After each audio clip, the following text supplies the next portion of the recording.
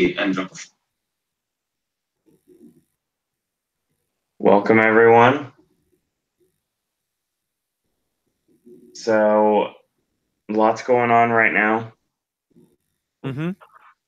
I'll be covering the remainder of the Impact spoilers later tonight. We've also got Ring of Honor to talk, and let's talk about the greatest Royal Rumble.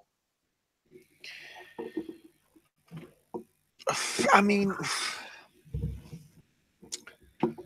I don't know whether there's. I mean, there's stuff to say, but also not to say because none of the titles changed hands. Shock surprise.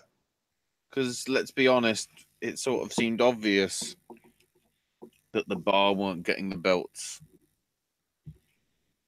from Hardy and Wyatt. Yeah. As I predicted, well, Braun and Bryan got to the final three. Because, as it turns out, it actually did mean nothing. All you win is a belt and a trophy that's the size of Braun Strowman. The most notable things to come out of the Royal Rumble was Titus bloody going, I have to go, my country needs me, and sliding under the ring. It was the best bit. You're not wrong. Your best bit.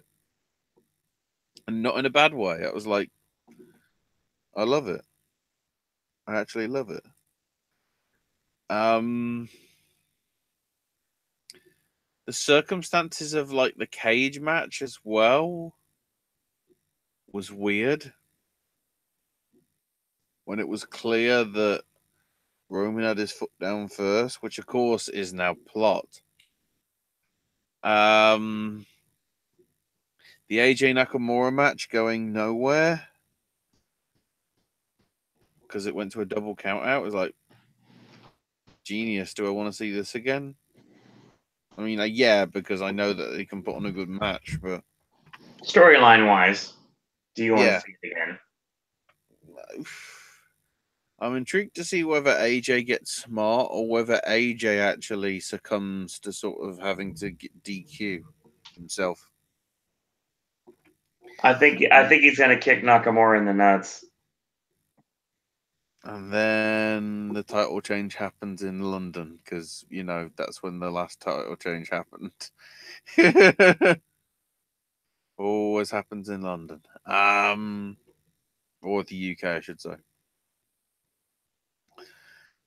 And then, to be honest, the best stuff coming out of Saudi Arabia was, one, the fact that it went off the air in Saudi Arabia because they aired the bloody best of both worlds thing in the stadium and on Saudi television, and they had to cut it off and then put out a statement saying, you know, we apologize for this brazen shit that you saw on TV. Further proving that, you know, their culture really needs to sort of get up to date if they're going to be considered truly westernized. The bloody Iran versus Saudi Arabia shit is like, that would be the equivalent of, you know, back in 2002, having somebody actually dressing up as Osama bin Laden and showing up to one of the WWE shows saying, I am bombing this. It's that sort of nuclear heat, which I suggest is like perhaps something they shouldn't do. Then again, in all irony, we saw Davari there, and apparently Mohammed Hassan had his first match in like 13 years at an indie show in New York this week. And very excited as well. Exactly. And then the best tidbit was bloody the Saudi prince's son. Have you heard what he wanted for the show? Yeah, he wanted the Ultimate Warrior and Yokozuna. Yeah. Sure, he never got the memo that they're dead. I mean, they could have always went with the Great Power Uti, of course. That's why they had apparently that's why they had that sumo random guy on from NXT or not from Yeah. NXT. Because he's like, well, he's a Yokozuna. Now I'm trying to work out who the Ultimate Warrior-esque person was. A loser Mojo Rawley, probably. Who knows? As much as I hate to say it, he's probably the only one on that roster that would embody the spirit of Warrior. It's also weird that when we got to the Rumble itself, Lashley got pyro. And the crowd was just like, who's Bobby Lashley? Because clearly they haven't watched in years when he was last on. So it was like, oh, you really haven't gauged the opinion of the Saudi public, have you? No Super Domino. No. I mean, this show just seemed like it had like bad written all over it. And they didn't allow. Well, I'm trying to work out whether they didn't allow Sami Zayn on the show or whether Sami basically no-showed the event because of the Saudi thing. Because I've heard some of the talent were allowed to not go if they didn't feel comfortable wrestling there. Which with Sami's Syrian connections, it sort of like could be either way. Mm-hmm. Could be like the Saudis saying he's not coming, or Sami being Sami and sort of standing up for himself and saying I'm not going. So read into it how you will, which then makes you wonder why the hell he cut the promo the way he did last week. Either one is logical. Who knows?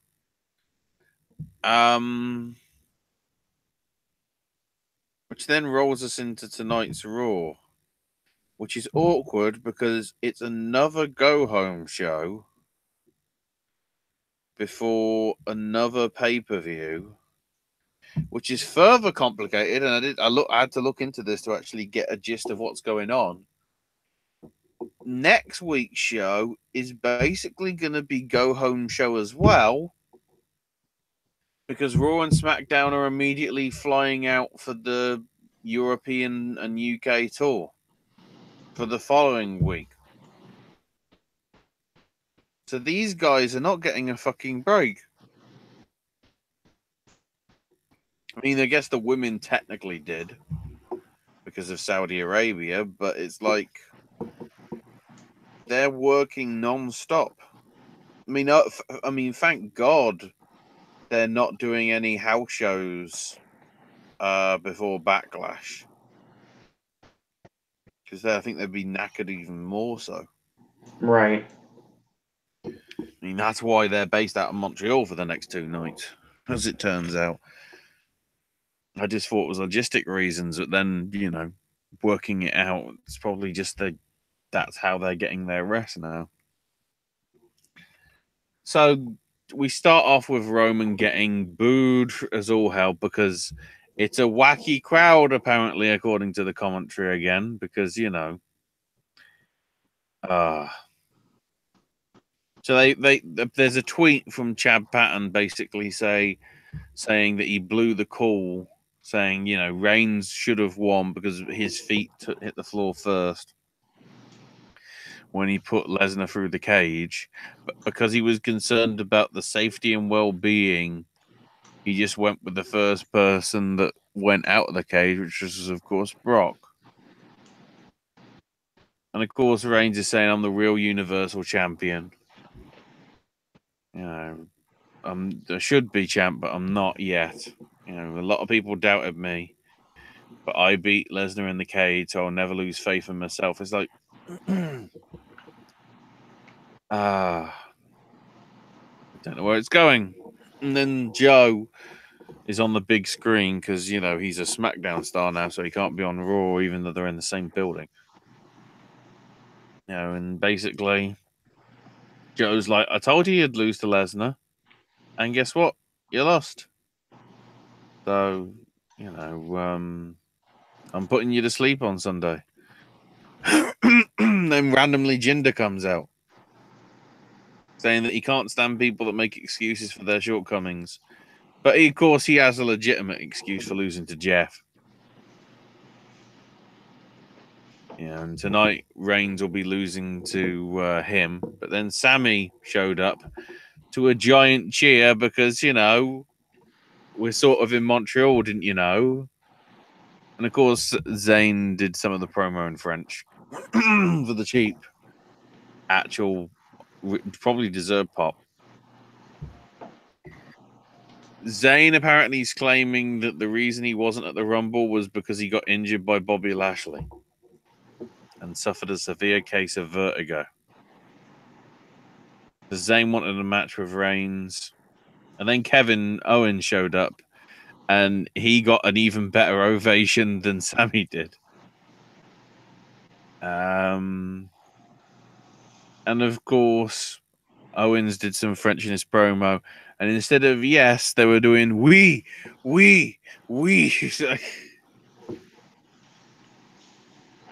He's like, good. I like this. It's like, well, we know that Sammy can beat you, Roman, but I think tonight people want to see me beat you. And of course, they're doing we again, and Owens goes, because you probably don't know French, Roman. We means yes. It's like, That was great. One of the like, things I did get to catch tonight. it was like, okay, we'll do a coin flip to decide it, and then it's like, we haven't got coins. Okay, we'll get crowd response. Jinder got booed to hell. Sammy got cheered to hell. And Owens got, I mean, it sounded like, people were being killed and whatever. The screams were that loud. Oh, it's great. Zayn was over. Owens was massive over. And then the great thing happened. Roman just cheap shot hit Owens with an uppercut. As if he's a heel. Got booed out of the building for it. So the three heels, that's what they are. Well, because Jinder's there by default, it's a heel. The three Canadian heels, mind you. It's the Canadian World Order. Pretty much. Lashley then came out, and then Strowman came out cleaning house. The great thing is Strowman got booed because they're beating up the Canadians. So now it's time for Elias. Apparently he's got a new drinking fluid or something that's helping his singing. I really thought this was going to mess with his singing voice and it was going to be something that we're going to actually play up, but nope. And Elias was like, I eliminated Kurt, I eliminated New Day, I eliminated Randy Orton. I'm getting to a new level of fame that nobody can comprehend, even Bobby Roode. And, Elias basically said, Roode thought he's glorious, but he ain't, and he's pathetic as the people of Montreal. And then Roode came out, and they had a match, and I mean, this went to an interesting end because Elias was working away on Roode's throat for some reason. And then the big bit was Roode got thrown over the top rope onto the apron. And, Roode landed on his feet. But then Elias basically rammed Roode's throat into the turnbuckle bar. No, he didn't. Because clear as day. Thank you, Kevin Dunn, Yeah, for showing the fact that Rude clearly hit nothing.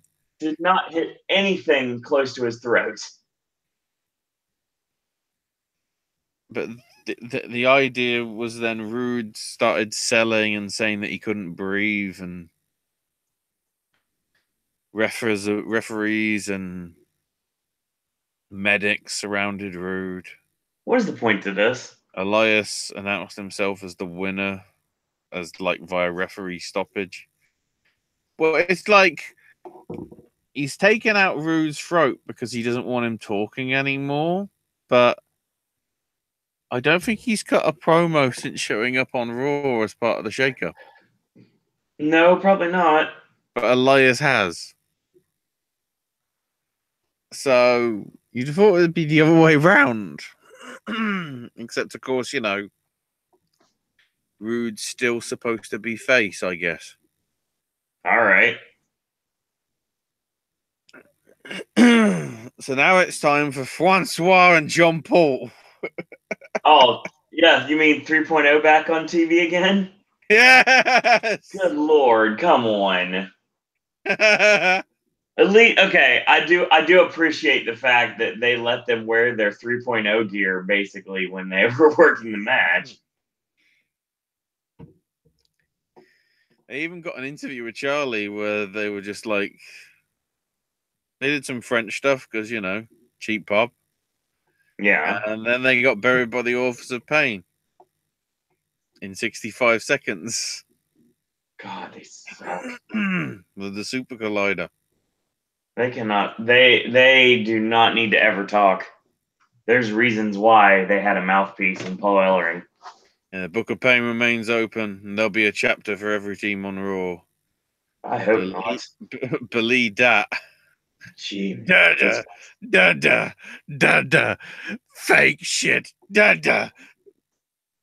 Save us, War Machine, please. And they had all the greatest Royal Rumble press. Well, Michael Cole was saying that Saudi Arabia is evolving into more of a progressive country. He is a war correspondent, after all. He would know. Fuck this shit, I'm out. Pretty much. So it's time for Seth's little promo bit. Saying how the last month's been crazy. Winning the IC title at Mania. Defending it in South Africa. Defending it in St. Louis. Defending it in Saudi, as Booker was calling it. And now it's time to be in Montreal. And, you know, he had a long trip back and had a chance to reflect about what type of champ he wants to be. And you don't want to be a champ like Lesnar showing up only when the price is right. He wants to be a fighting champ. And Hugh Finn in his LGBT gear this week because, you know, we're not in Saudi. And Finn's like, yeah, it was a long flight. I had a chance to watch on the network over and over how I was that close to getting the title from you. But, you know, full credit, you beat me. We've had 4 singles matches, you and I. I've won 2, you've won 2. How about tonight we get a decider? And just to make it interesting, put that belt on the line. And Seth's like, well, I've got Miz on Backlash on Sunday, but I'm a fighting champ. Asked the fans, the crowd was like, yep. So we're getting a title match to close out tonight. And then here comes Dallas and Axel. Curtis is like, look, don't worry about what the people want. Worry about what's best for you, you know. And Bo's like, we should be fighting as a team. You got you two and us two. And it's like, you know, we made a mistake last week in approaching you separately when we should have had a group conversation. So they've got like t-shirts with like the faces of all 4 of them, like just duct tape or masking taped onto them. You know, like how the fake tape when the no became the yes shirt. I have that shirt actually. Whatever, or vice versa. And Dallas said, "Forget the Balor Club, forget the Shield. How about we become the 4 horsemen of the WWE? Like, hasn't that already been done? I don't think you can get away with the 4 horsemen of the WWE. Really?" So Rollins and Balor discussed it, and Rollins is like, "That's a hard no." Mr. would go after them, but the faces take care of them. But then, of course, Balor connects Rollins with a final cut. And Balor said, "Always keep your eyes open." Because that's a thing. Then we had Caruso interviewing Sasha, saying that Bayley won't be in her corner for her match tonight because Bayley hasn't returned her phone calls or text messages. Which, of course, meant that, I mean, this went 12 minutes, which was surprising. I think that means, let me just double check if we've got times here. That was actually one of the longer matches of the night. Which is pretty ridiculous. And of course, because Ruby Riott had the Riot Squad, immediately 3-on-1 just basically was enough of a deal. You know, Sasha had the bank statement on. Sarah Logan tied up the ref. Liv Morgan broke up the hold. Logan interfered again when Sasha was going for a turnbuckle aerial move. Then when Sasha was distracted, Riot hit the Riot kick. And Riot Squad win, I guess. Now it's time for your moment of bliss. And Alexa, again, covering her tits up. I guess that's what we get on Sunday. Says, "You never know when a bully will strike. It could happen at school or at work or on vacation. Now, I know because it happened to me. I was visiting Disney World with a person I thought was my best friend, Naya. But she just spent the entire day making fun of my height and asking the park employees if I was tall enough for the adult rides. She even asked me if I was tall enough for the Mad Teacup ride. I said, it's a cup. You just sit in a cup." And then at lunch, Naya insisted that I receive the kids' menu. You know, and Naya had a turkey leg in each hand while laughing at me.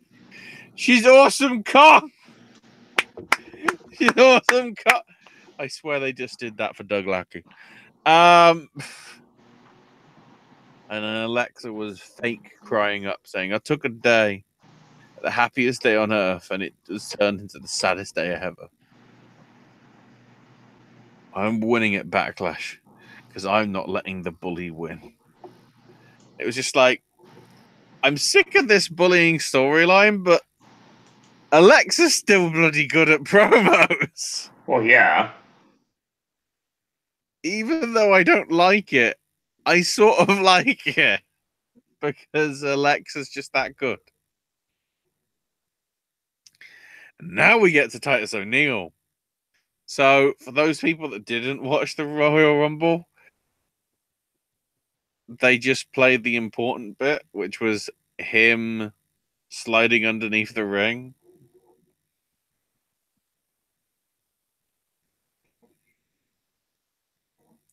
And Renee's basically like, you broke the internet, which to some extent he actually did. Nothing from that show trended on Twitter apart from Titus O'Neil. It says possibly a lot. And Titus is just like, hey, it happens in life. Hell, it even happened to Jennifer Lawrence back at the Oscars a few years back.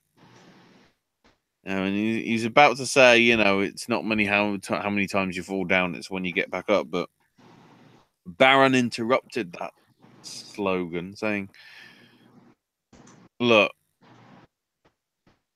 you should have just asked why did you fall in the first place," and Corbin laughed. And it's like, all right. So now Matt Hardy's somewhere reading from the light and the darkness and says the story of me and Wyatt has forever transcended time and space. And then somehow they're bloody Hardy and Wyatt are on like a caveman painting. Sailing on a boat with George Washington. The actual guy, not the kangaroo, I think. Crossing the Delaware River, watching from a distance as the man and woman kiss during the parade at Times Square at the conclusion of World War II, and looking into Neil Armstrong's visor as he landed on the moon. And then Wyatt had the tag titles, both of them, and decreed that their tag team name is the Deleters of Worlds. So it's official. Then we get the 6-man tag, of which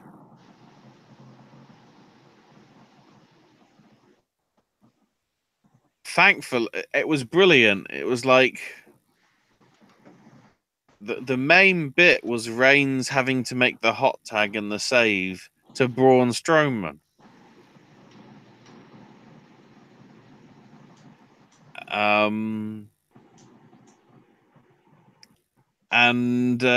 Yeah, when Strowman won with the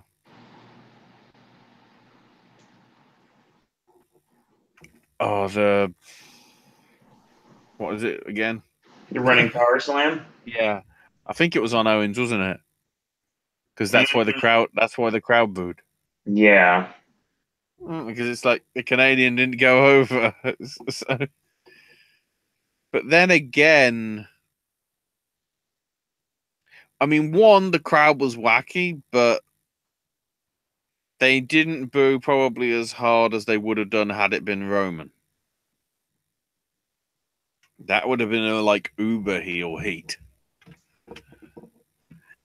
Partly because not because of a wacky crowd, but because I think I really don't know whether the thing is turned on Roman. We'll have to see. So then we get Baron Corbin versus No Way Jose. Because of course. Corbin even like cut a promo saying I don't care. He was like cutting a heel promo. I'm just like, you know,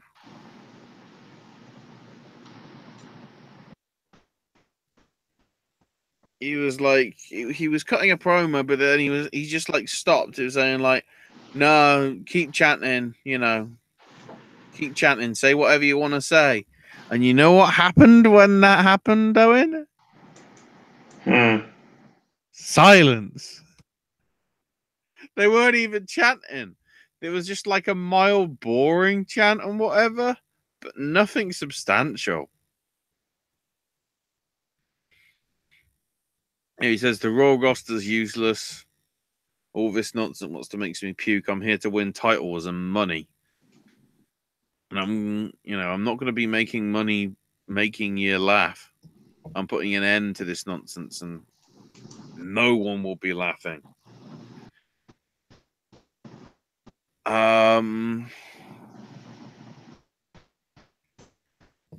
You could tell that this promo just felt way too scripted. And also because they're scripting it because they think Baron Corbin is over as like a heel. Whereas for the second week running, the crowd was just deathly silent because they don't care about this guy.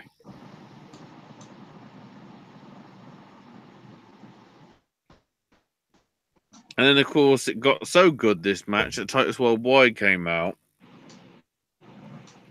But he It's brilliant. Titus stayed up the ramp and came running down, but they stopped him and put a bloody towel down so he wouldn't trip up. So Titus then sort of goes up onto the apron and then purposefully like falls off the apron. So it looks like the gimmick now is he might be the actual Shockmaster. Legit. He's a bumbling idiot. But then Baron's like, serves you right. And he gets rolled up by No Way Jose, and No Way Jose wins. What a great champion bloody Baron Corbin's going to be when that sort of shit happens.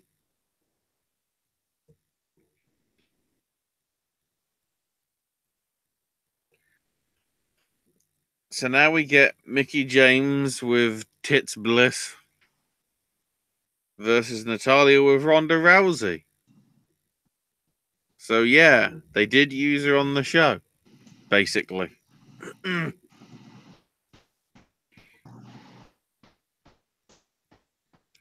And also, amazing, Natalya didn't win by submission. She just rolled up Mickie. While Rousey was basically chasing Bliss around because Bliss was, trying to interfere in everything.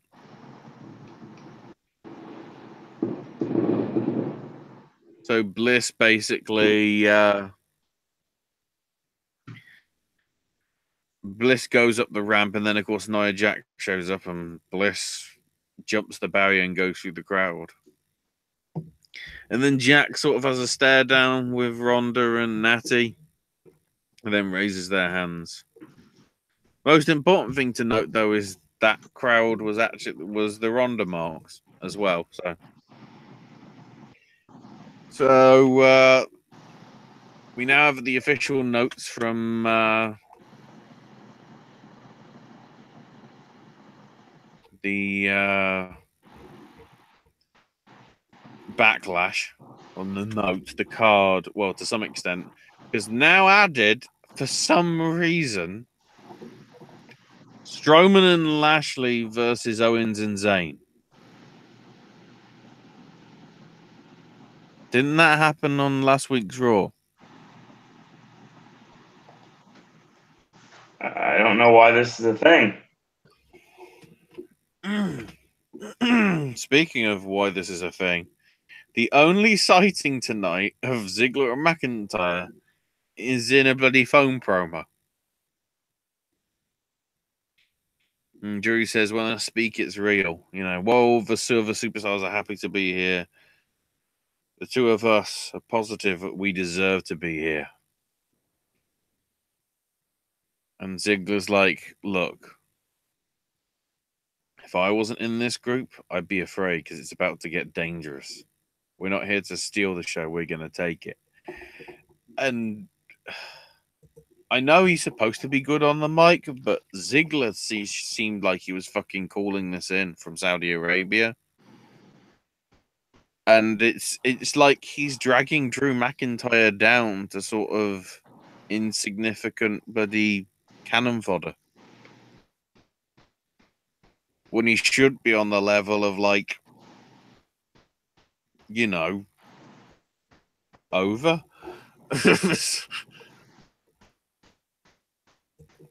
And then the match that sort of saved the show, Balor versus Rollins. This was a very good match. Sort of nice back and forth. The finish sort of little the finish when we got past the top of the hour got sort of crazy. It sort of came off with Balor sort of getting up top, sort of going ready to go for coup de grace, but Rollins gets up there. Balor avoids the superplex attempt, but Rollins gets up again, hits the superplex. Rollins tries to follow it into the deal, But instead, Balor hits the deal. Balor hits the Falcon Arrow. It's like, okay. Then we get the yay boo forearm chops and whatever. Rollins avoids a 1916. Balor comes in with his Pele kick. Balor then clotheslines him out the ring. Somersault senton. Throws Seth back in the ring. Very nice drop kick into the corner. Balor goes up. Seth avoids the coup de grace. Rollins goes to the curb stomp. Balor moves.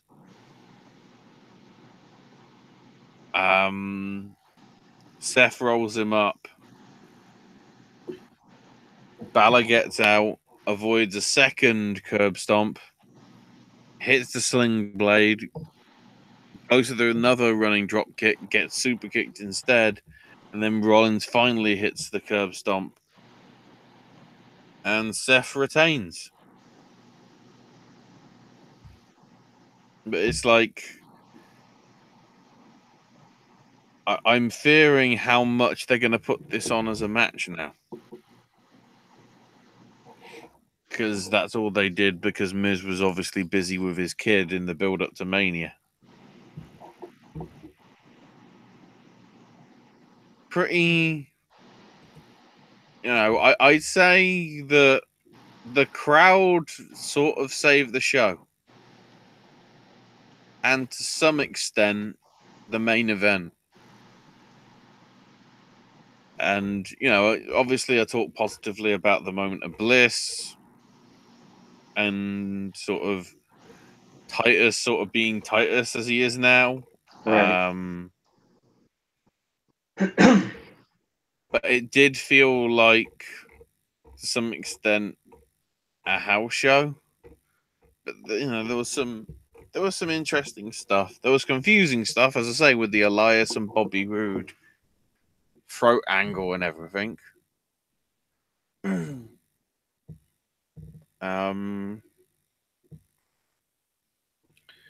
It probably would have had more impact had it not been for the bloody camera angle that showed that nothing happened. As well, at least for a home audience. It obviously wouldn't be for the crowd that were actually there, unless they could clearly see it on the Titantron, if they showed the replay, so you never know. So yeah, SmackDown tomorrow is in Montreal and all that. I mean, I don't think there's anything confirmed for that just yet, from what I remember. Locally, they're advertising the women's and the men's titles being on the line, which I don't know, considering Sunday. But we'll see. Backlash has me intrigued because I'm more happy with the fact that we're getting singles matches on that card to the most extent, rather than sort of too many multi-man matches. And ones that make more sense, because, I mean, I fear Roman's going over Joe. AJ Nakamura, I don't really mind whichever way that goes. Seth's clearly retaining against Miz, because otherwise that doesn't make sense. I'd say Nia and Carmella are probably retaining their titles as well. I'm intrigued to see whether they'll do anything different in terms of Strowman and Lashley versus Owens and Zayn. We'll have to see. And then Bryan versus Cass could be interesting. Especially, that's something that we completely even forgot. Records were broken in that Royal Rumble. Bryan is the longest lasting because I think he was in for like nearly an hour and a half, which is what happens when it's a 50-man Rumble. And Strowman, with eliminating Cass to win, eliminated 13 people. So Roman's record's gone.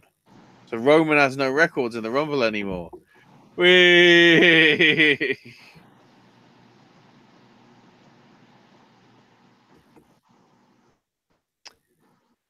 So there we go.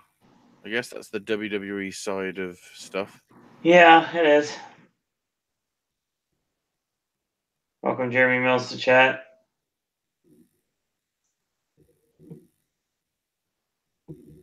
Howdy, Jeremy. I need to head over to the chat to see what people's bringing up. So, did you actually go to all the tapings of Impact? I missed one day. Mm-hmm. And apparently that was the day the crazy things happened. Crazy things always happen, though, don't they? Yeah, for the most part. So we wind back to Tuesday, which was day 2 of the tapings, I guess. I can chime in on things like that as soon as we get that. Yes.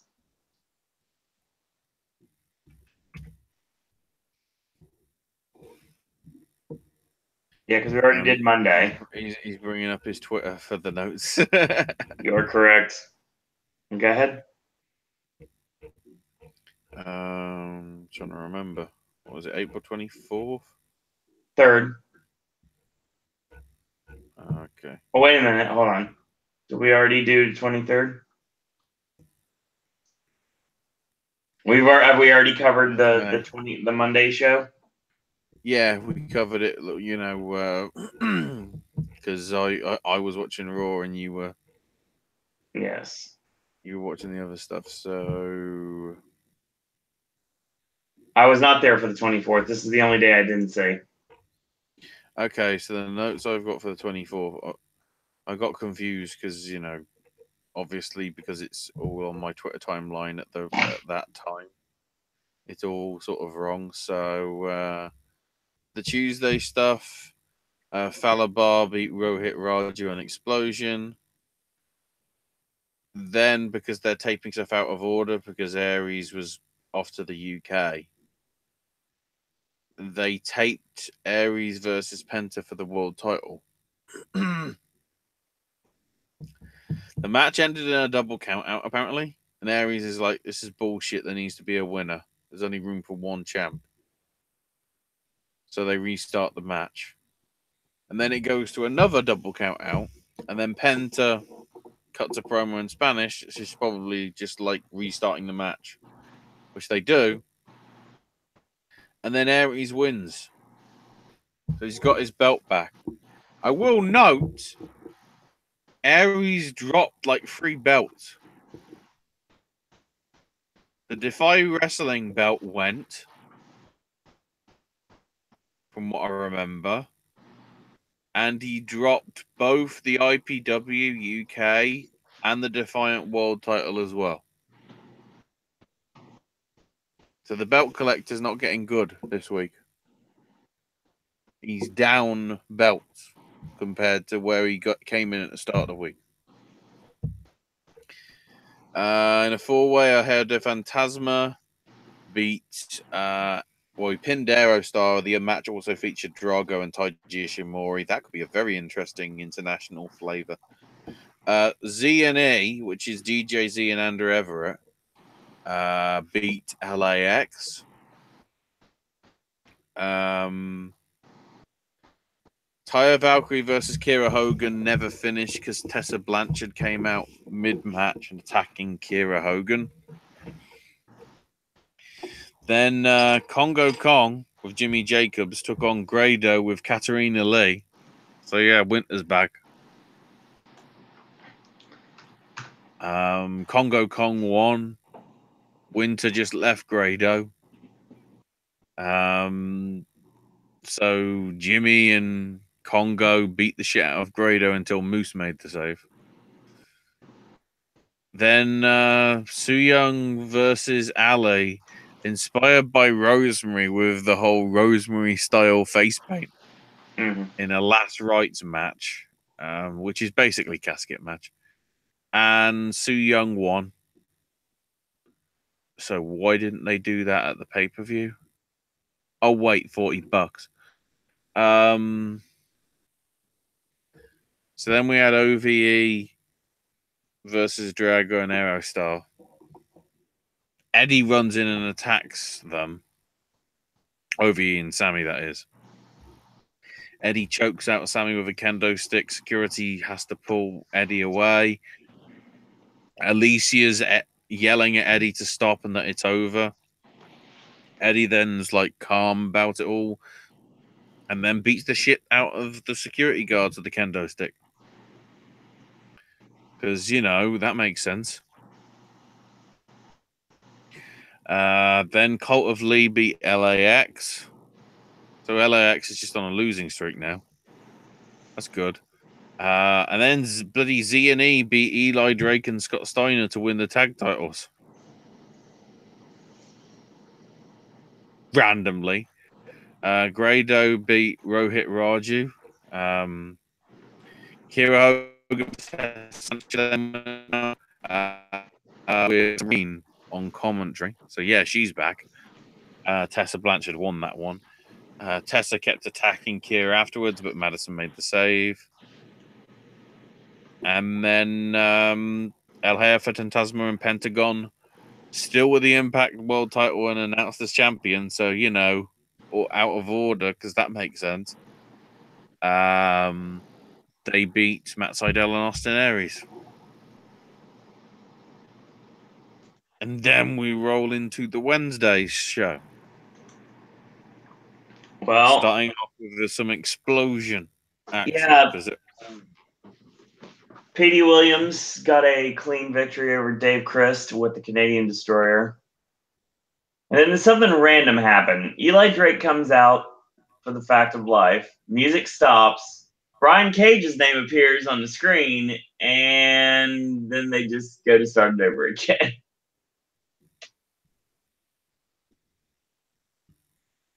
That was fun. Eli comes out. He's got his podium and his stupid dummy button. I hate this so much. I don't like Eli Drake. Everyone knows I hate Eli Drake. The dummy top 5. Yep. The fans of Impact, Austin Aries, Impact Management, the fans of Impact, and for some reason, out of all people, Moose. Because Moose is Bobby Lashley now. That's a thing. Has he got a headband? No, but they're treating him like he's Lashley. He's even using the murder, death, kill, too. Oh, God. Quick, nobody tell Nick Gage. Moose against Eli Drake next week to face Austin Aries at Slammiversary. It is known that this match never happened.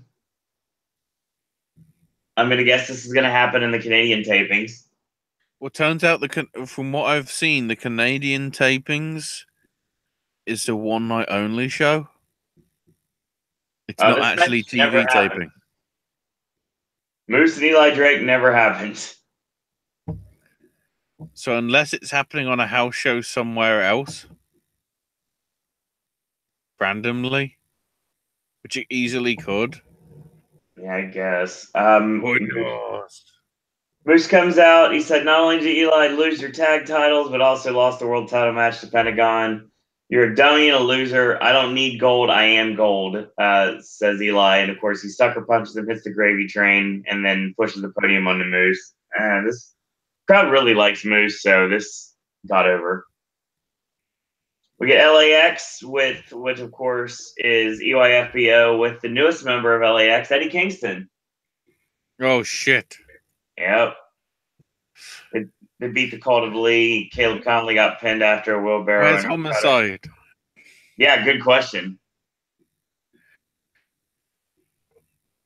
Makes so much sense. And then, holy shit, she's back. The return of Rebel. Jesus. Why? Was she any good? Oh, no. I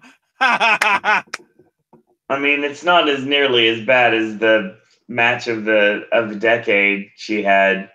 on the one night only pay-per-view, but still, the match with Ty Valkyrie, not very good. Road to Valhalla finishes it. Didn't learn that much in Japan.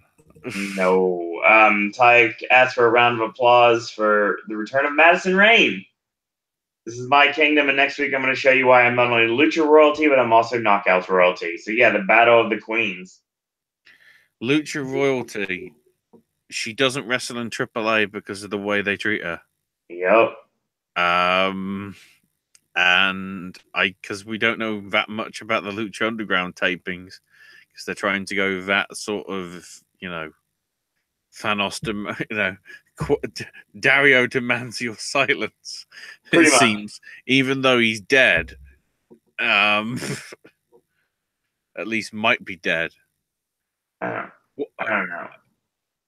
I from what I remember from the notes from the Lucha stuff, they're making out the guy that plays Dario to be like Dario's dad, so they're just aging him up.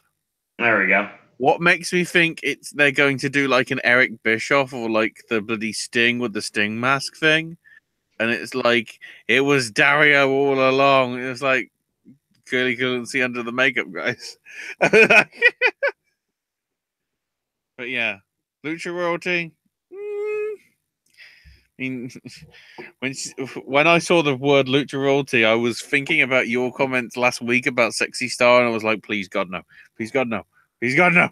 Yeah, that was a big rumor around in the crowd all week.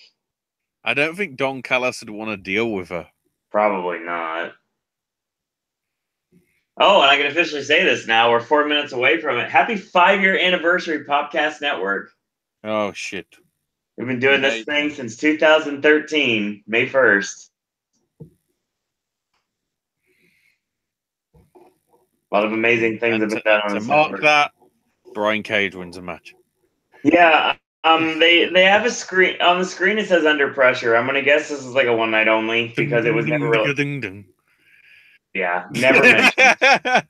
Never mentioned at all. Brian Cage defeats Desmond Xavier. Really awesome match, actually.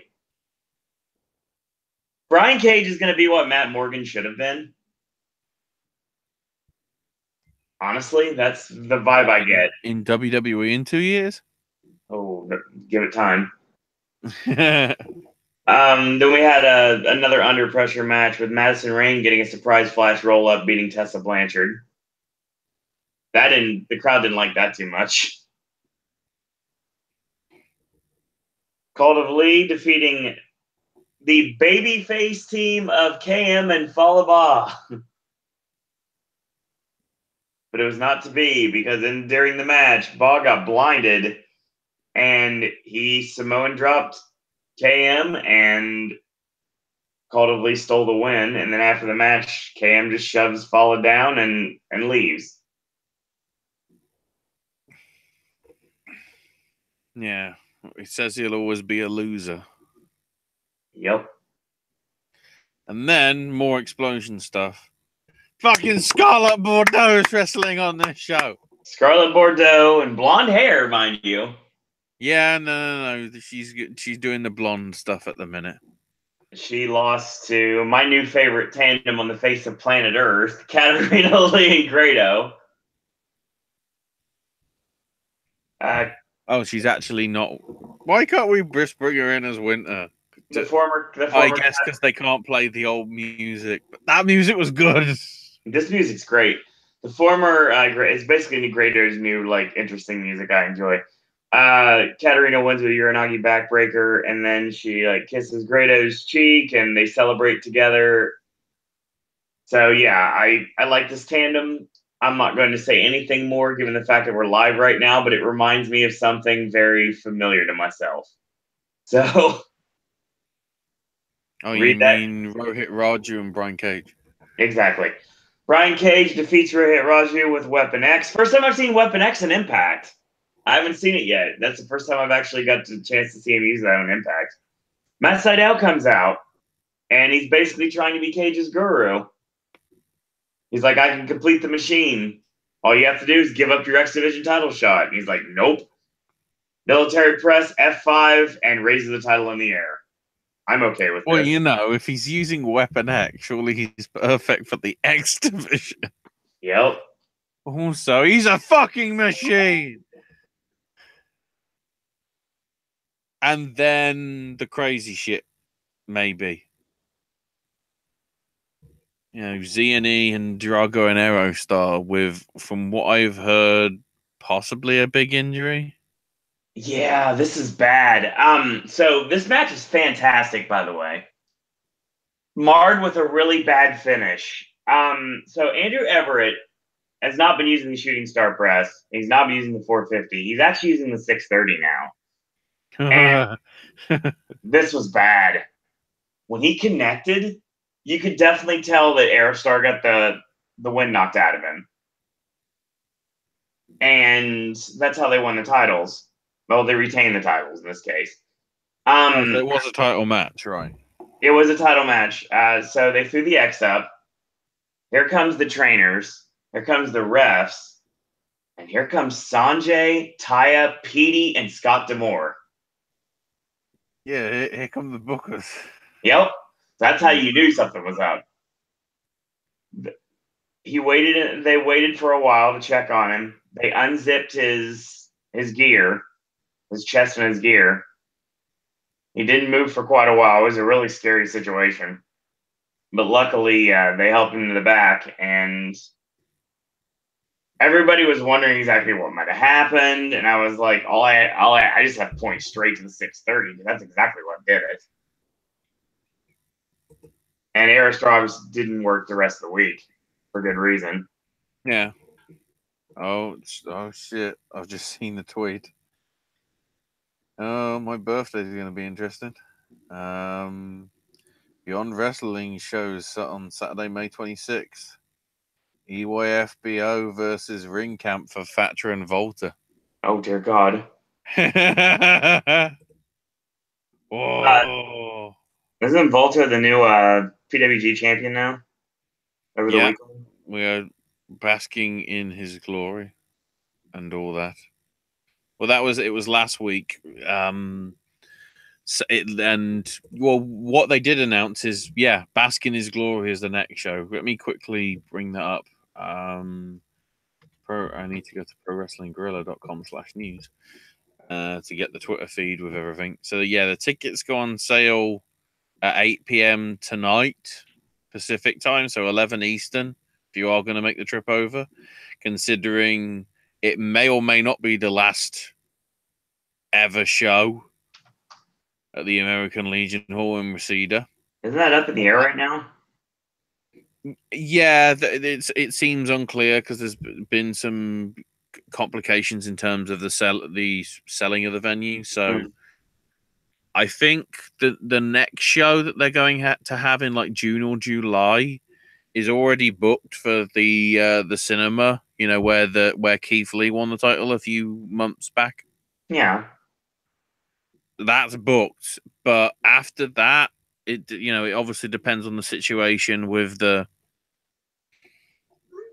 what happens. So yeah, Bask in His Glory is May 25th, so the day before Beyond Wrestling stuff on the Saturday. And weirdly enough, there is not a single tag match on this show. So it's Tyler Bateman versus Trevor Lee, Jake Atlas versus Ray Horus, Jonah Rock facing Timothy Thatcher, Matt Riddle takes on David Starr, Bandido versus Robbie Eagles, Adam Brooks versus Keith Lee, and Walter defending the PWG World title against Sammy Guevara. So just singles matches for the possible last show.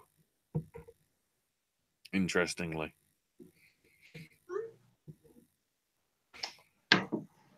So yeah. And of course, after Meanwhile, this, back in Impact, Moose comes in and he faces Congo Kong. Congo Kong was announced with Jimmy Jacobs. Jimmy Jacobs never showed up. I was sad. And the final under pressure match, Eli Drake defeated Scott Steiner. This match sucked. Straight up. Crowd believed it, said you both suck.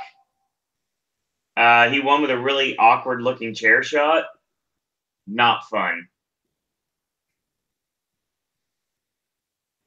Mm-hmm.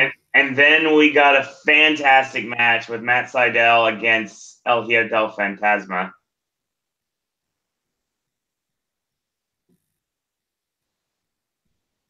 I'm intrigued.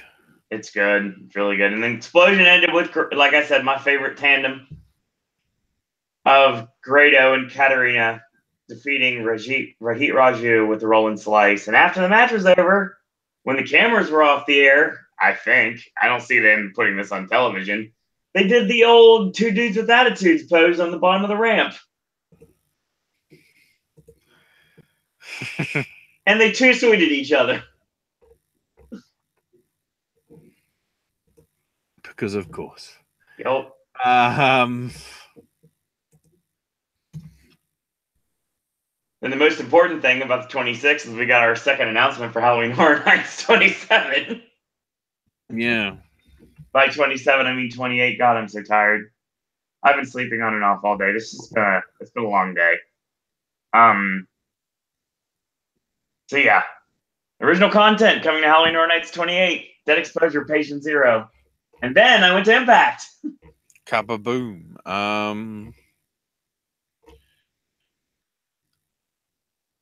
Explosion. So we got bloody kids ring announcing again.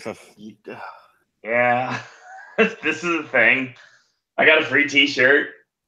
Oh shit, you're really one of the rowdiest fans. No, oh god, no, I've never got one of those shirts. All right. They gave us free t-shirts. Oh, just in general. Okay. So yeah. Trevor Lee heals on the child ring announcing because he announced Grado first. And he's like, Caleb Conley's gonna do this one more time. And then they bombed out and then they restarted it. The most important thing is though Grado won. Yep. And then we had, of course, Rolling Slice on Caleb Conley one more time. Then we had our Impact match. Now, storyline. Was this actually for the AAA title? He came out with a belt. He was announced that he had the belt, but it was not for the title. Right. That I'm aware of. Is that the first time that they've mentioned Phantasma having the belt? No. It's happened a few times, actually. I can't remember whether they had it on the pay-per-view. I know they brought up King Cuerno and everything, but... So Phantasma wins over Jake Crist with a forward roll. I noticed Jake Crist did a lot of singles matches over the week. Dave Crist, not so much. Sometimes, I guess. Dave probably got fucked up by something at the pay-per-view, so they couldn't have him do too much. Yeah, he jumped Phantasma. Phantasma gets the upper hand for a change, and here comes Sami Callihan with the bat. He nails Phantasma. They unstrap Phantasma's mask, and the lights go out. Here comes Pentagon. He clears out the Crist brothers, stares out Sami Callihan, and I'm like, oh, we're getting Callihan against Pentagon? And I was like, oh, wait a minute. No, we're selling the fact that Callihan is still hurt, and he's a pirate now, apparently. So needless to say, he's not working this match, so we're going to get a tag match. I sort of don't want to see Penta versus Sammy because I've seen Penta versus Nick Gage.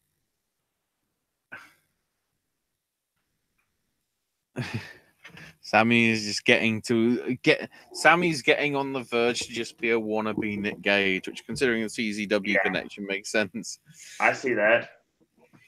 So once again, Impact, they start a match with Grado and Eddie Edwards, but Eddie's like, nope, I'm the Sandman, and he starts caning Grado down.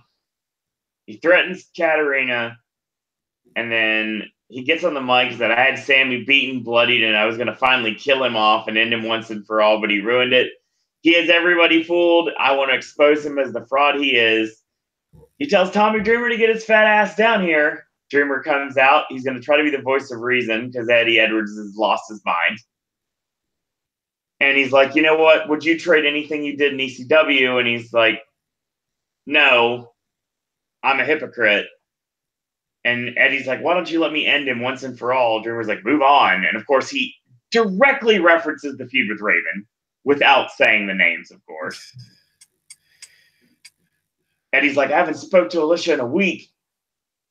And she's like, wait a minute.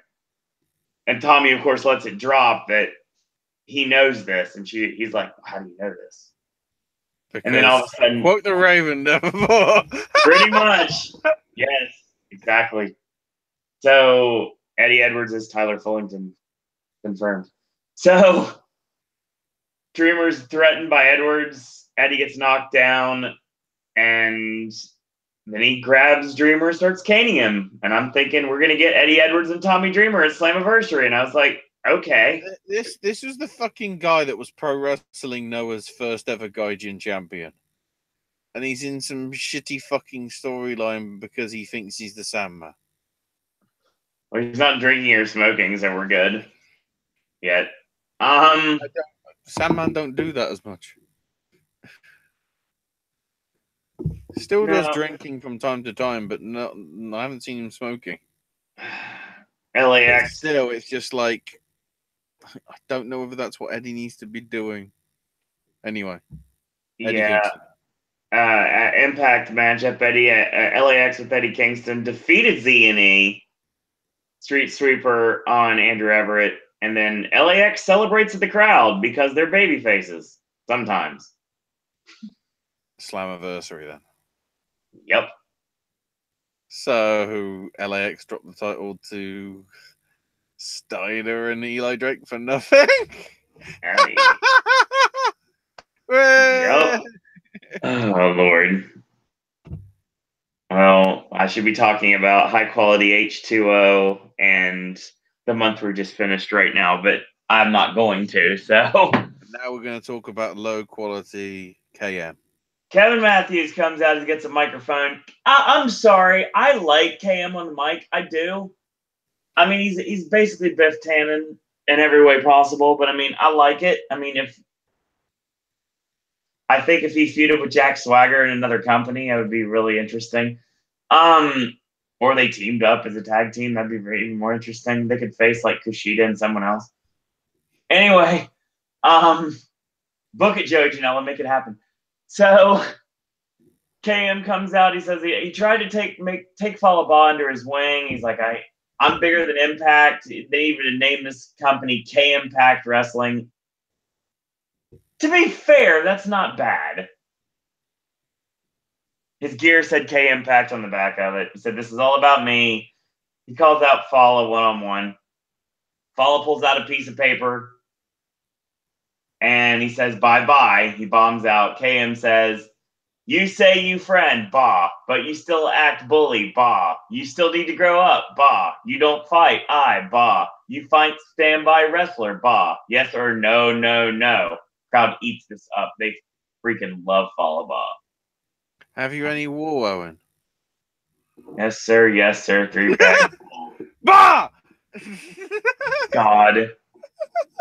I wish I was running in a few hours. Anyway, so KM thinks it's Richard Justice because it's a standby wrestler. He's a standby wrestler. Nope. Scott Steiner. And for whatever reason. You know why Richard Justice wasn't picked? Because he's fat! God. Steiner wins with a Steiner recliner, baby facing it up a little bit too. So yeah, that was interesting. That was a thing. Impact, Madison Rayne defeats Taya Valkyrie. Crowd hates this, by the way. Oh, brilliant. So Madison gets on the mic. It's exciting to come back home to the Impact Zone. I wasn't going to be an in-ring competitor this time around, but moments are meant to be capitalized on. This is fucking Gail Kim's booking. It all fucking over.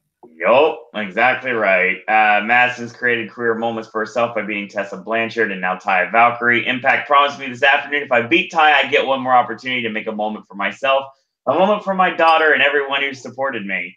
Gail Kim. Yep, at Slammiversary, I will slay the Undead Bride and become 6-time Knockouts champion. We hear laughter, and no one is there. Madison leaves to the back.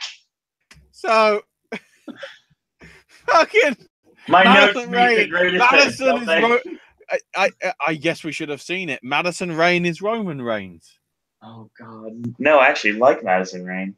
Well, no. But it's because it's gonna be when we get to Toronto and everything. Madison's gonna get booed the shit out of, Oh yeah, and the heel Su Young is gonna get cheered the hell out of. yeah. Great logic there. Don Callis is probably going, fuck. Speaking of that, so we get an interesting match with Brian Cage getting a shot at the X Division Championship held by Matt Sydal. This goes back and forth for a while, and then Congo Kong comes out with Jimmy Jacobs, and of course I mark out because it's Jimmy Jacobs. And Kong sends Cage into the ring steps. Cage gets counted out. Sydal retains, and after the match is over, all three celebrate. It looks like we have a new stable, and I'm okay with this. Jimmy Jacobs, Matt Sydal, and Congo Kong. I love the fact Sydal has to be in a stable. He can't just be on his own. Yep. Proof They're positive. that confident. They're that confident in him. Not.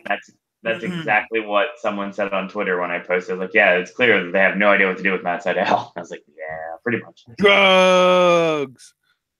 Fantastic match with Desmond Xavier defeating Petey Williams. You'll want to see this one. It's really good. I don't know when it's going to air, but you need to see it. I fear it will be in June. random no disqualification match with Tessa Blanchard defeating Kiera Hogan. Not the greatest. She wins with a full Nelson's face buster on an open steel chair. Don't know why this is a no disqualification. Who knows? And then I guess the last match. No, the last match of the Impact stuff, possibly. Like, I don't know whether this is going to be, because I'm intrigued as to where this is going to show up in the taping. I don't know. Drake and hold on. Okay, so look where I was. So yeah, then we had Pentagon Jr. and El Hijo del Fantasma defeating OVE with Jake Christ eating the Pentagon driver. Sammy jumps Pentagon with a bat, hits Phantasma, and Pentagon gets the upper hand, tries to snap Jake Christ's arm. He gets hit with a bat. Sammy beats up Pentagon. He goes to unmask him. Phantasma makes the most delayed save in the history of Impact Wrestling with a chair, chasing OVE up the ramp. I like how they literally ripped Pentagon's mask, though. Mm-hmm. Then we get another match. What if we find out it's actually Phoenix? Dun dun dun. Considering the fact Phoenix did not work anything on the rest of the show, would not be surprising. Conspiracy theory. God. Su Young defeats the returning Diamante. Oh, they hired her again. So Diamante comes out. Everybody was asking, like, who's Homicide? Diamante is like Conan. I was like, well, Conan's going back to AAA. Homicide, I have no answer. And Diamante, it could go either way. And she shows up the last day of tapings. I was like, all right. Gets a huge welcome back chant. She almost eats it on a tope suicida, but continues the match. Her botch or Sue not being there botch? She caught her feet on the middle rope. Her botch. I see. Yeah. Second time it's happened in Impact. It happened the last time she was couple tapings ago. Again. Stop diving. Su Young wins with the panic switch. And then we get, like I said before, one of my favorite tandems. Katarina Lee against Alicia. She sends Grado to the back, and of course Grado is like, nope, it's okay. I'm gonna come with you. It's fine. And Uranagi backbreaker. Grado's music hits. They celebrate. Life is good. And then the final match on the Impact tapings, an explosion match with Eli Drake defeating Falaba. Drake wins with a springboard moonsault. He gets on the mic. He's like, this is his house. Funny, I didn't realize he was Paige. He runs this place. I didn't realize it was John Cena. Eli's in a gimmick. Nah, that's AJ's gimmick, isn't it? It's both, really. Face Eli's in that runs the place. Eli's in a, I don't care. It's too late. Eli's in a Cheesecake. giving mood. Exactly. Giving mood. He wants to give cheesecake to the fans. They get nothing. He's like, I tell the truth even when I lie. He puts over Fala. He gives him a cheesecake. He eats a bit of it. He basically gets the cake shoved in his face. Fala hits a belly to belly, hits the bonsai drop while he's eating the cake off his face. Rubs the cake in Drake's face, drags him to the opposite corner, hits the second bonsai drop, and Drake bombs out. Yeah, that was the thing. That's your impact tapings, ladies and gentlemen. What a great way to end! Like, what the fuck is this? They love Fall Ball, so I mean that's what they wanted to do. So I was like, all right, sure. Jesus. So yeah, that's your impact tapings. Trying to see if I can get the notes from all the major stuff that went down this weekend that isn't that. So in terms of the New Japan stuff, Kanemaru and Desperado retained the junior tag belts. Jay White retained against Dave Finlay. Goto retained over Juice Robinson, although it's widely believed that Goto was shit and Juice Robinson had his best match ever. It's not okay. It didn't happen just yet, but we are building towards because apparently Juice Robinson. Goto did his finish at the GTR, yeah, and then started selling his knee, despite the fact the knee had not been hurt at all throughout the entirety of the previous 10-15 minutes. So then it came to the finish. He hits another GTR, but no sells it and immediately goes for the pin. So it's like, great logic there, guys. Somehow he healed up during the 15 minutes. Like, huh? Sonata and Evil retained against Lance Archer and Davey Boy Smith. Actually, I need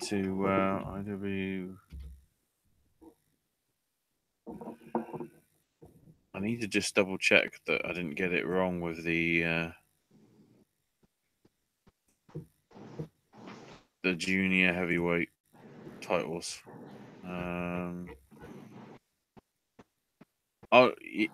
Yeah, Suzuki Gun did retain. I only say that because I guess that means on the night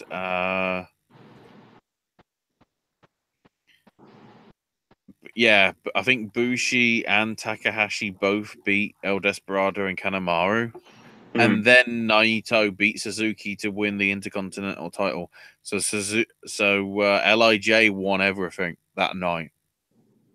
They don't have the junior tag belts, but they won everything on Wrestling no Hinokuni. The next big show, or I guess next two big shows, is Thursday and Friday, Wrestling Dontaku. The 6-man belts are up for grabs with Fale and the Gorillas of Fuck versus Marty Skrull and the Bucks. So I guess Bullet Club collides. Which, by the way, did you see the question mark video, Owen? Of course I did. It's back. Flip is the catalyst. Yeah, Flip is the catalyst. We've also got Tanahashi and Kushida versus Okada and Ospreay to build up hype for Friday, along with Ibushi versus Cody and Kenny Omega versus Hangman Page in singles competition. And then Friday, along with other stuff, something I noticed, it looks as if Cody isn't even wrestling on that show on the Friday. Because the Bullet Club Collides match is Omega, Ibushi, Fale, Tonga, and Tangaloa. Oh, hang on. I noticed the problem here. So it's 5-on-5. Omega, Ibushi, Fale, and the Gorillas versus Hangman Page, Marty Scurll, and the Young Bucks. So I'm guessing that's where Cody fits in. Yeah, it is. That's the 5 versus 5. And then, as I say, the junior heavyweight title with Ospreay defending against Kushida, and Okada versus Tanahashi for the possible record breaker. If Okada retains, that is. We'll see. Tickets for the Cow Palace show go on sale, I believe, tomorrow as well. Except not at night. I think it's like 10 a.m. Pacific or Eastern. I'm not sure. I'm not entirely sure, so I'm not going to say anything definitively. Some crazy shit going down in freelance. Because GPA just basically said, I'm not working for them anymore. Because apparently he's been suffering quite a lot of abuse, sort of, in various companies.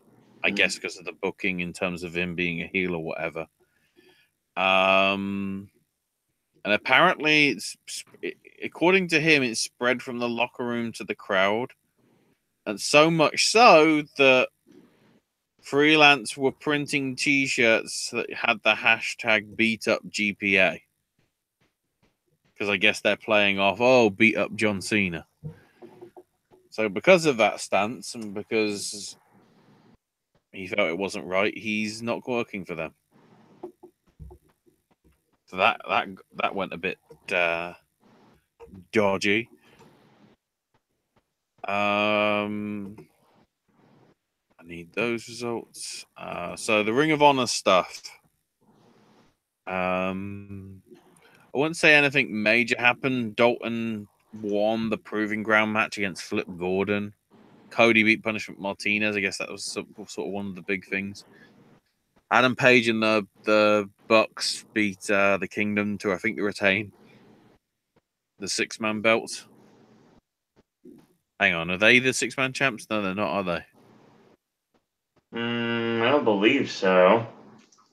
Can't remember what happened with SoCal. Man, I thought maybe SoCal still the tag belt, still 6-man tag champions. I should have went to this show, by the way. Well, you didn't have to because they put it on Honor Club. I was also at Animatronicans too, so. True. SoCal won the belts on March 9th. Yeah. Well, yeah, it was the next night where they beat the Kingdom to retain. That's what I was trying to remember. Oh, no. Sorry, it was Addiction versus TK and Vinny. Because Scorpio Sky was up against Flip Gordon and Flip won. I guess Taven's probably oh, no, Taven was in the Four Corner Survival match. God, that's some random booking. Jay Lethal had Lanny Poffo in his court. What? Yeah. I approve of this. I do too, greatly. I mean, it'd be better if it was Truth Martini again, but. And then the Bullet Club beats the champions with Cody eliminating Dalton last. So I don't know whether that means Cody's challenging again. Probably. I'm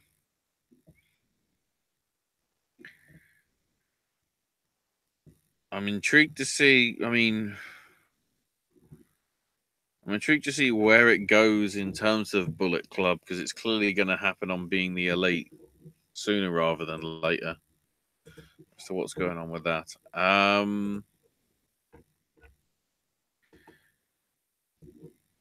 No title changes from what I remember in Shikara. Let me see if I can double check what happened on that show because they did the show at the same time as they did the show as a pre-show to before Beyond Wrestling show. The Razorhawk and Nighthawk now have 3 points to challenge for the tag titles. Cobalt beat Crossbones. That seems ridiculous and whatever. The Proteus Wheel won their 6-man tag match thing. Tony Deppen beat Officer Warren Barksdale, so he lost the chance to get a 3rd point. So that's rather interesting. Solo Darling beat Fire Ant, with Fire Ant not shaking the hand afterwards, which is interesting. So then, interestingly, Juan Francisco comes out and says his trio has been cleared for King of Trios. And out come his partners from last year, Crummels and Defarge. Only then the closers show up. And they are now officially being entitled the Regime. So, yeah, Juan Francisco's got backup in terms of the closers.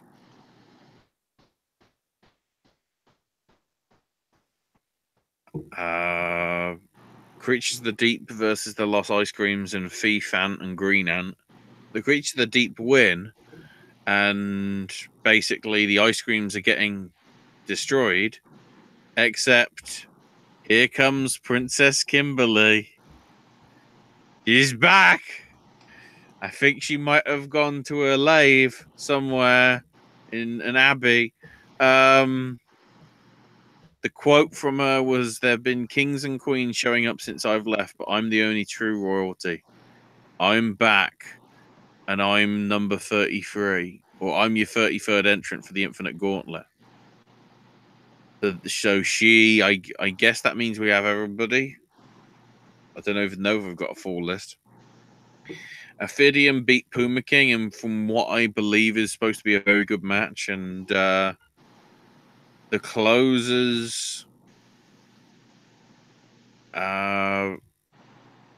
retain, basically, because it looks as if the throwbacks win, but Sloan was tied up in the ropes. So Bryce came out to restart the match, and Touchdown, who was sort of still hurting from all sort of stuff, got beat. So I don't know what the plan is. Stuff's happening. So with the Beyond Wrestling stuff, the big one to note is Kimberly beat Tessa Blanchard, I would say. Also, it was interestingly, this match was aired during the intermission for the freelance wrestling show. I guess because they crossed over, from what I remember. Nick Gage beat Chuck Taylor. They let Nick Gage into the Wrestle Factory. That's interesting. That proves a lot of things have changed in life. Please tell me there's no kids there. Also, Matt Riddle beat Josh Briggs. Joey Janela and Orange Cassidy beat Willie Utah and Hot Sauce Tracy Williams. Oh, I see. So Orange Cassidy was the replacement because apparently Penelope Ford was injured. And sort of Shikara style, they did the picking the name out the hat. The first name was DJ Hyde, but he wasn't welcome. It's an interesting jab. Low-key was this pick number 2, but he never showed up. Did you see that promo, which was scripted as all fuck from Loki? I did not. Go to his official YouTube page. You can see it's like a 6-minute thing where he's like, he sounds so much like a fucking robot, but I can't take anything what he says seriously. That means Orange Cassidy actually pulled double duty because he beat Johnny Cox strong, literally in the match before. John Gresham beat Puma King. Cam Sagami beat Jordan Grace. Basically, Zagami said he's not defending the Young Lions Cup on Shikara's territory. and especially not against Jordan Grace, because Brian Malone's ass is bigger than hers. I don't know where that's going, but there you go.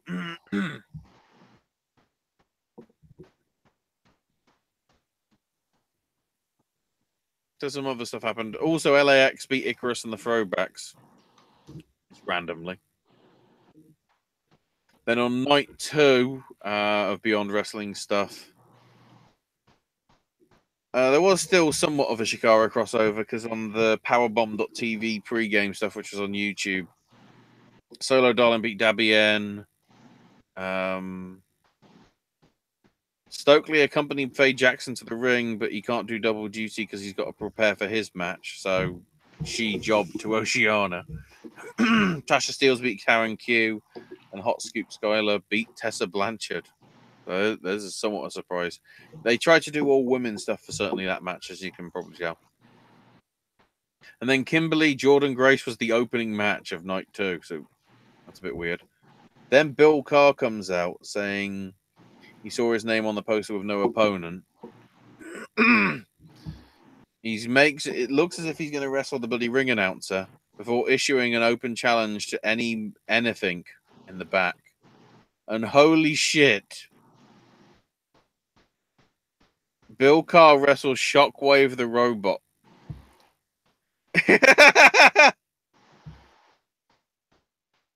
And Shockwave won after Bill Carr incapacitated him with water, jabbed a fork into an access panel, but then got shocked unconscious, leaving Shockwave to fall on top of him to get the win. So yeah, that happened. Cam Zagami beat Wheeler Yuta thanks to clocking Yuta in the head the Young Lions Cup trophy. The Dream Team of Gresham and Hathaway beat Nick Gage with a stunner from Stokely Hathaway. Interestingly, Gresham walked out on Hathaway afterwards, but the old Blaster McMassive Thomas Sharp showed up and chokeslammed Nick Gage. So there we go. Josh Briggs over Martin Stone. Basically, Stone says this is his final appearance in Beyond Wrestling. And there's someone very familiar to Beyond, and you're going to be seeing Danny Burch and Oni Lorcan team up a lot more, towing up your TV screens every week. So yeah, that was announced this week as well, that Martin Stone, Danny Burch, whatever you want to call him, is a permanent fixture of NXT now, by the sounds of it, which is good to hear. Puma King beat Flip Gordon. The Beaver Boys beat Massage MV. Maxwell Jacob Friedman beat Matt Riddle. Team Pazuzu beat the Amateurville Project. And then, interestingly, Mike Werner, Rex Lawless, and Ryan Gallione beat the shit out of Dan Barry, and Bill Carr makes the save. So Team Tremendous is back, I guess. Then Joey Janela beats Hot Sauce Tracy Williams by DQ when David Starr comes back, and of course low blows Joey Janela. Starr knocks out the ref, pole drives Penelope, starts a sarcastic welcome back chant for himself. Gives another boot to Joey after he's run down all his nicknames, and reminds everybody he's the Ace of Beyond. Curses Drew Cordero, the booker, out. Then Joey gets on the mic and says, David got fired for bullshit like that, and if you're going to pole drive my girlfriend, you lit under a fire under my ass that ain't going out until I kill you. And I intend to do it at American Rana in July without rope. So we're already booking towards crazy shit on American Rana, which is, to be honest, normally how shit goes. Let me see. I'm just having a quick look at this Defy stuff to see what Aries dropped. Aries wasn't even on the show, so why has he got that Defy Wrestling title? Not the world title, because I'm pretty sure that's on Shane Strickland, so I'm confused. Defiant. Aries dropped the title to Rampage. Also interestingly, by the sounds of it, we're getting Travis Banks, Volta, and Zack Sabre Jr. in a triple threat for the next show on May 28th. Aussie Open beat Jimmy Havoc and Mark Haskins to become the new tag champs. And Joe Hendry was number 1 in the Rumble match and made it all the way to the end and then got eliminated by number 29, Martin Kirby. So Kirby wins. Also, interestingly, David Starr then wanted a match for the Defiant World title and Rampage and Starr brawled. So I'm guessing that's probably happening on the TV tapings in May, more than likely. Also, it's worth noting that Simon Miller made his debut, and from what I've heard, it wasn't actually too bad. He got eliminated by Drake, though, so again, there's probably plot. More than likely, somewhere down the line. Also, I'm afraid I've actually got some bad news, Owen. Stu Bennett stepping down as general manager. But in his place is going to be Primate. Following his forced retirement because of his injuries, which, to be honest, makes sense and everything. So that's actually good to see. And then some crazy stuff went down on ICW as well, actually. Quite considerably. So let me just get through the details. Mark Coffey won the gauntlet match to become the 0G champion. But then, interestingly, after the match, the lights went out and Joe Coffey was stood in the ring. So I guess he's back. So I guess Coffey versus Coffey, maybe. The Kinky Party retained the tag titles. Chris Renfrew finally won the Falls Count Anywhere match that's been going for, I think, about 2 months. Technically. Volta's going to be in ICW on July 28th. Jackie Polo beat Lionheart. So if that is Jackie's last match, he went out on top. Stevie Boy beat Kenny Williams, meaning Stevie Boy keeps his briefcase and Kenny Williams is retiring again. After the match, Aaron Echo said bye to Kenny Williams, but Kenny kicked him low and joined Rudo. So, yeah. Kenny Williams, I guess, maybe retired. If not, he's in the heel stable. Who knows?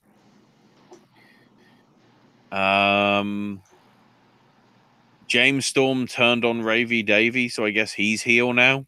Because he attacked Xander Maguire and spat in Mark Dallas's face. Viper retained the women's title. And the death match between BT Gunn and Mikey Whiplash for the World Heavyweight title. There was a crazy spot that led to Mikey being in the hospital. Apparently, BT Gunn put him through a giant plate of glass and the glass just didn't end in the right places. And he got some nasty nicks, Mikey did.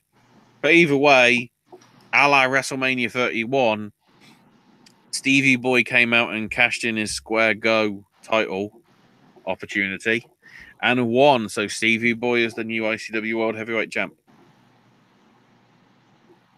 Who knows what's going to happen somewhere down the line on all that stuff.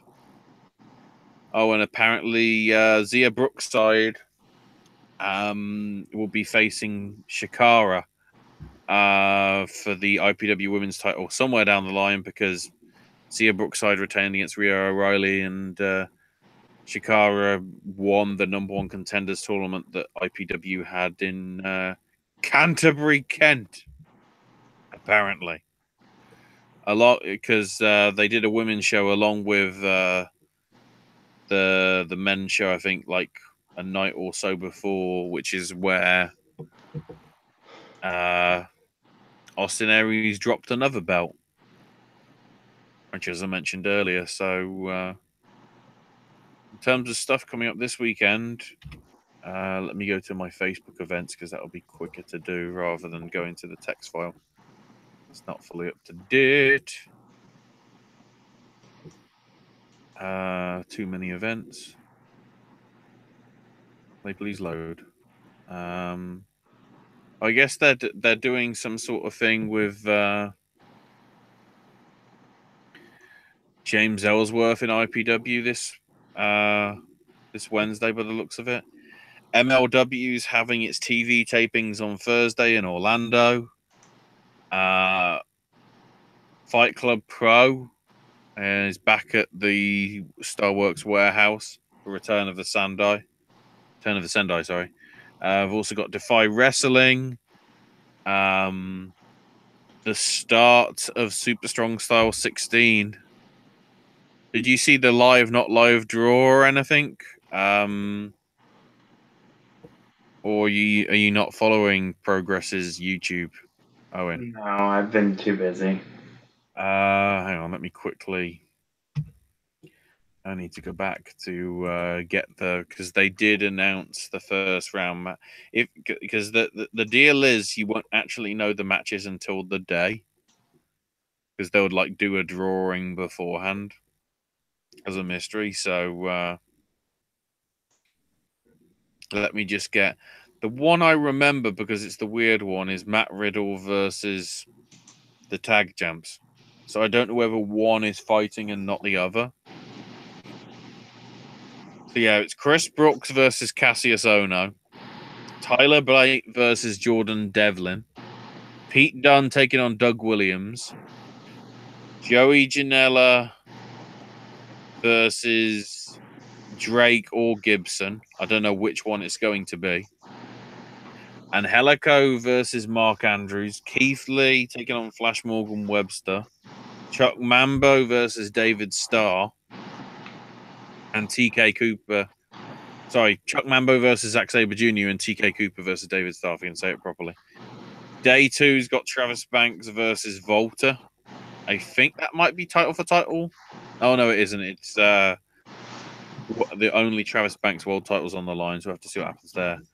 There's also a 6-woman tag match with the House of KOTOR of Ginny, Nina Samuels, and Shikara versus Millie Kenzie, Sierra Loxon, and a mystery partner, along with the quarterfinals, Super Strong Style 16.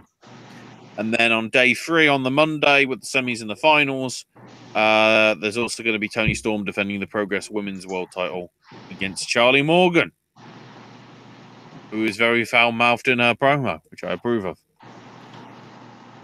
There's also some WXW shows happening in Germany. Wrestle Queendom, the biggest ever women's show in Europe at York Hall in Bethnal Green in London with some pretty damn good. I mean, Arja Kong's on the match card. That's all you need to know, really. If she's on it, pay attention. ACW, that's part of WWN Live stuff. They're having a show on Saturday, along with the Infinite Gauntlet show from Shikara. OPW's got its Survival of the Sickest at the GCW compound. AAW's Day of Defiance.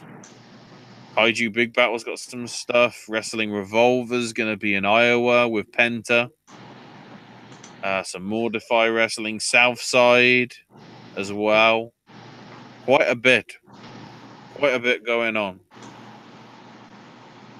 And considering the rumors that we might be seeing Progress on the WWE Network soon because of this tiered system and whatever, Super Strong Style might become more relevant. But we'll see. I think that's probably everything we can cover for the week. All right. And all that. So thanks everyone for joining us tonight. And Ashley, where can you find you on social media? I am on Twitter at Ash is my name UK. Snack Stash coming up Probably Wednesday, actually. And more Ashley content is forthcoming as well. Our Sippin' Snacks are coming up again in the near future. Yeah, no, I've sent over at least a couple of videos. Yep. One that will probably show up this week, and one probably next week. I mean, depending how schedules go. Is a possibility, yes.